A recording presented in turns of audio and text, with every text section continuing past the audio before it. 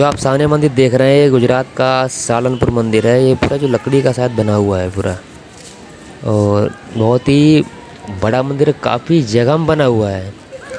स्वामीनारायण वैसे तो रहने वाले ये यूपी के थे, और स्वामीनारायण संप्रदाय हिंदू धर्म का एक भाग है। इसे स्वामीनारायण ने स्थापित किया था। गुरु रामानंद स्वामी ने विशिष्टता देवता की सीख को बढ़ाने के लिए स्वामीनारायण तब सहजानंद स्वामी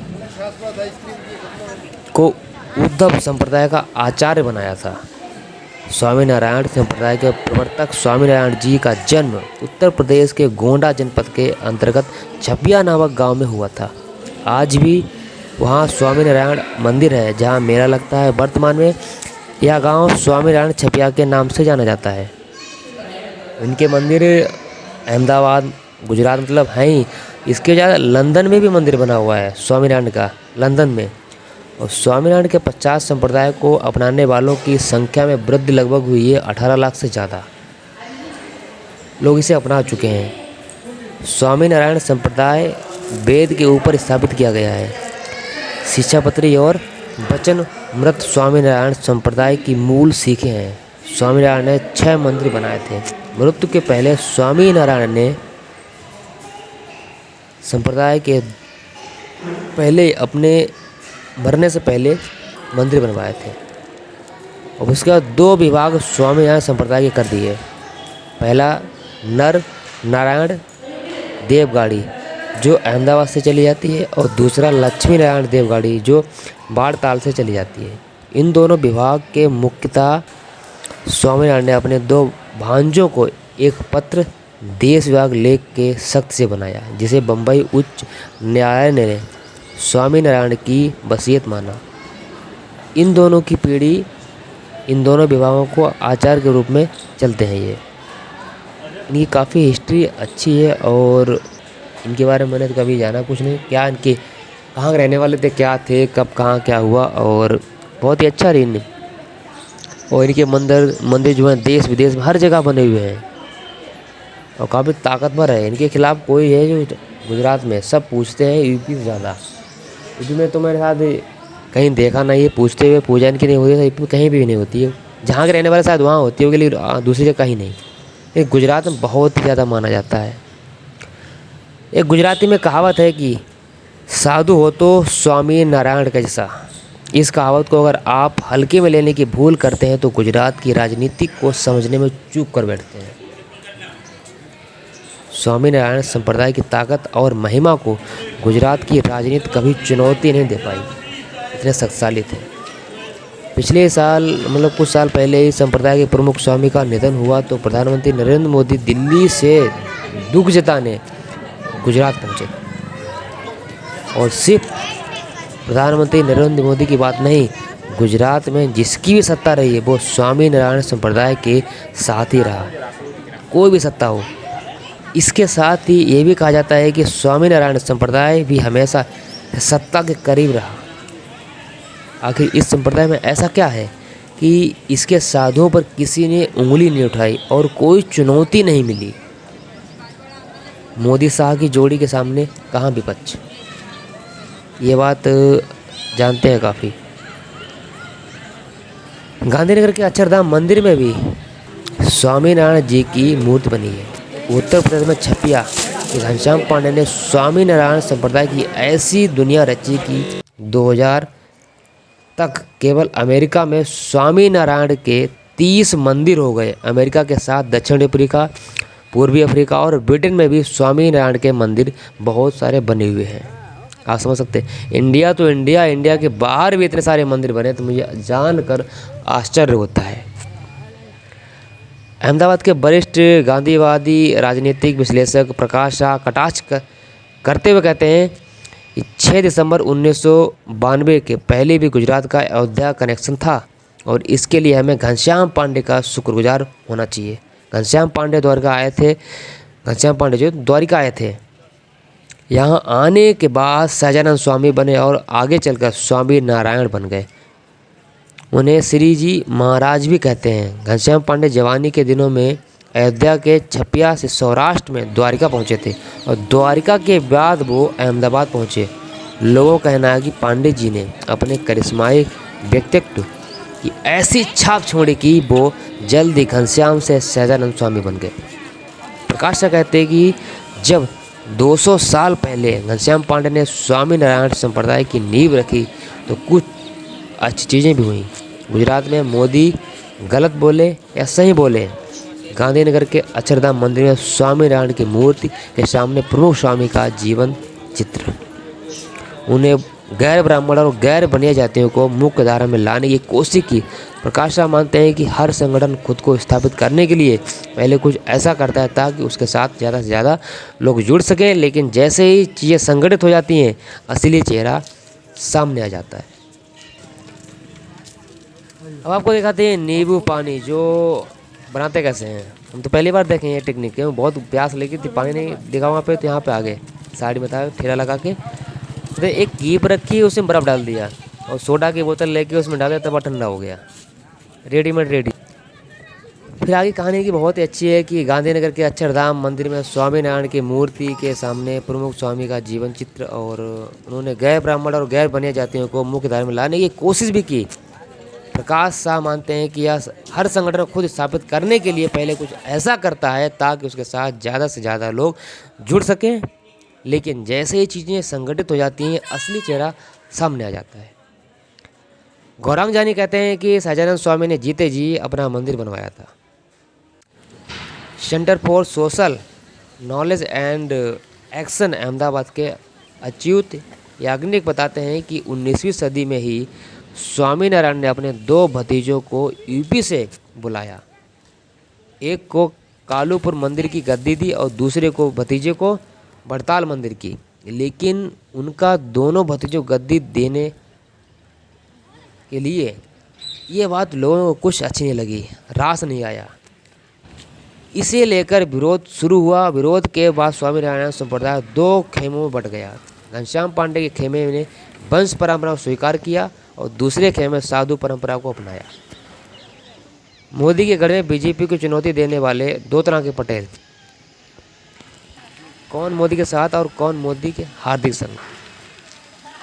20वीं शताब्दी में साधु परंपरा के शास्त्री महाराज ने नई गद्दी चलाई। इसी गद्दी को नाम दिया गया बोचास नवासी अक्षय पुरुषोत्तम संप्रदाय। यह संप्रदाय आधुनिक समय में बाप्स नाम से लोकप्रिय है। बाप्स परंपरा के लोगों को ही साधु परंपरा वाला कहा जाता है। स्वामीनारायण संप्रदाय वैष्णव परंपरा का हिस्सा है और कहा जाता है कि यह ब्राह्मणों और जैनों के प्रभुत्व को चुनौती देते हुए सामने आया। इसने बल्लवाचार्य परंपरा को भी कटघरे में खड़ा किया। अच्युत याग्निक बताते हैं कि बाप्स परंपरा वालों में पाटीदारों को प्रभुत्व रहा है। बाप्स परंपराओं के सामने वंश परंपरा वाले स्वामीनारायण संप्रदाय की ताकत कमतर होती गई। अक्षर पुरुषोत्तम पाटीदार थे। याग्निक कहते हैं कि 19वीं सदी में आखिर में पाटीदारों की आर्थिक हैसियत की काफ़ी मजबूत हुई। इसी तरह पाटीदार संप्रदाय की ताल्लुक रखने वाले वल्लभ भाई पटेल का भी दायरा बढ़ रहा था। दरअसल 19वीं सदी के अंत और 20वीं सदी के आखिर में यह अकाल पड़ा था। याग्निक कहते हैं कि अकाल से बचने के लिए पाटीदार बड़ी संख्या में पूर्वी अफ्रीका और इंग्लैंड गए। इसके साथ ही वल्लभ भाई पटेल के कारण बड़ी संख्या में लोग कांग्रेस में भी शामिल हुए। पाटीदारों ने छोटे मझोले उद्योग धंधों में भी पांव पसारना शुरू कर दिया था। क्या मोदी जी ज़्यादा भीड़ खींच रहे या हार्दिक पटेल?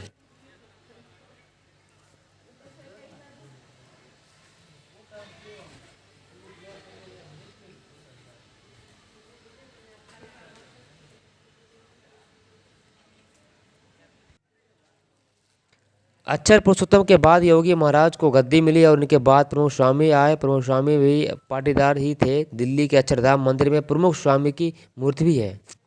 याग्निक बताते हैं कि गुजरात के 2 तरह के बनिया होते हैं, एक वैष्णव बनिया और दूसरे जैन बनिया। इन दोनों की ताकत को पाटीदार चुनौती ही देती है।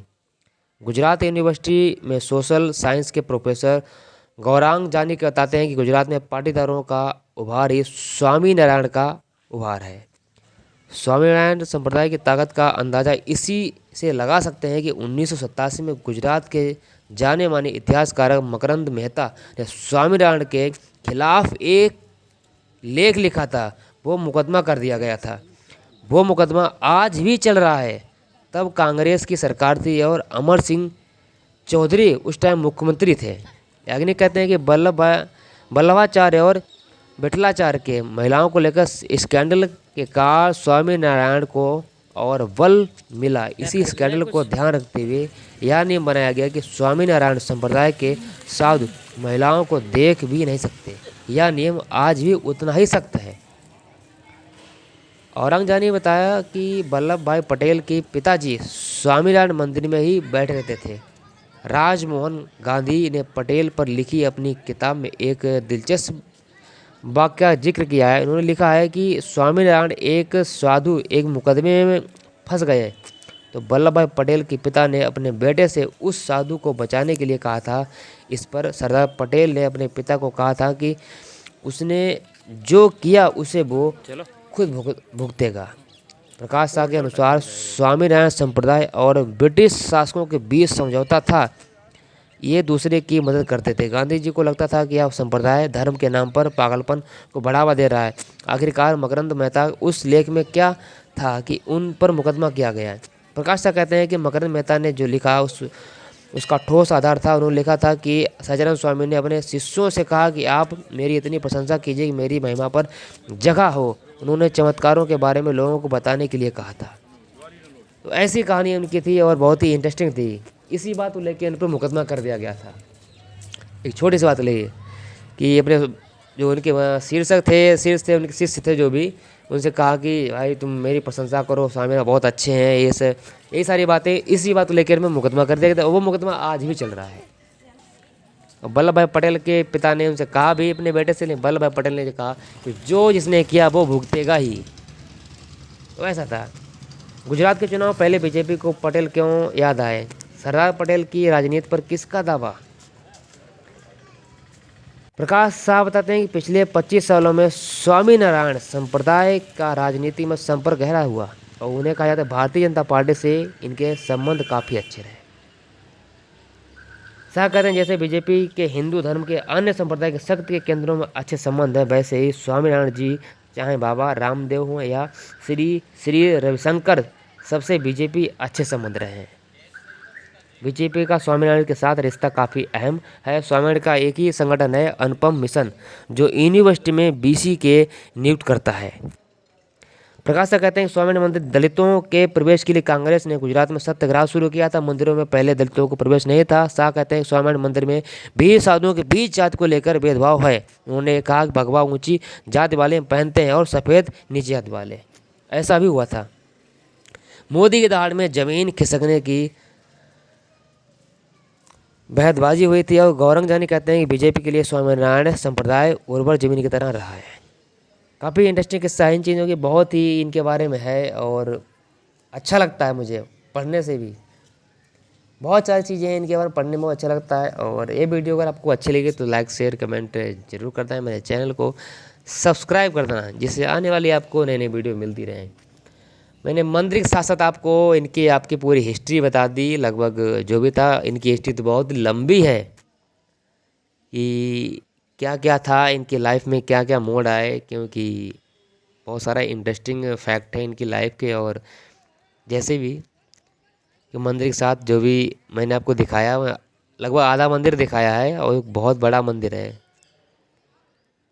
वीडियो आपको अच्छी लगी हो तो लाइक शेयर कमेंट करना और मेरे चैनल को सब्सक्राइब करना जिससे आने वाली आपको नई नई वीडियो मिलती है ना। बेल आइकन वो दबाना मत भूलना बिल्कुल भी। जिससे अगर नई वीडियो डालेंगे तो बेल आइकन दबाओगे आप तो नई वीडियो आपको मिलती रहेंगी। जय श्री राम, राधे राधे। और आपको अगली वीडियो में मिलते हैं। अगली वीडियो से हम आपको कुछ नई चीज़ें बताएंगे जिससे आपको सुनकर और पढ़कर को बहुत कुछ सीखने को मिलता है। स्वामीनारायण की काफ़ी चर्चा रही थी, इतिहास है और उनकी पकड़ भी अच्छी थी। उनके बिना में मैंने बहुत सारे ऐसे जो बिजनेसमैन देखा है जो स्वामीनारायण का ही हाथ पकड़े हैं, उन्हीं की वजह से वो वहाँ तक पहुँचे हैं।